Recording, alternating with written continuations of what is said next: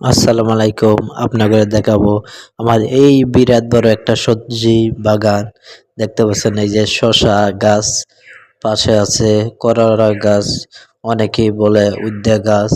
আমাদের এই জিনিসটা পুষ্টিকর খাবার করলা, পাশে এই যে শসা গাছটা অনেক ফুল ধরেছে, কিছু কিছু শসা হয়েছে। শসা শরীরের জন্য, চর্বির জন্য ভালো, অনেক উপকার। আপনারা শসা যাবার চর্বি আছে সবসময় শসা খাইবেন। অনেক সুন্দর শসা গাছটা হয়েছে। আপনারা সবসময় যা পারেন সবজি চাষ করবেন। আমরা কৃষকের পরিচয় দিব সবসময়। আমাদের সবার মন ভালো থাকবো কৃষকের কাজ করলে। দেখতে পাচ্ছেন পাশে আমাদের ওই জায়গায় পালং শাকের সবজি, লাল শাক, অনেক বিভিন্ন সবজি করবেন। সবাই ভালো থাকবেন। ভিডিওটা দেখলে ভালো লাগলে সবাই শেয়ার সাপোর্ট করে দিবেন। আসসালাম।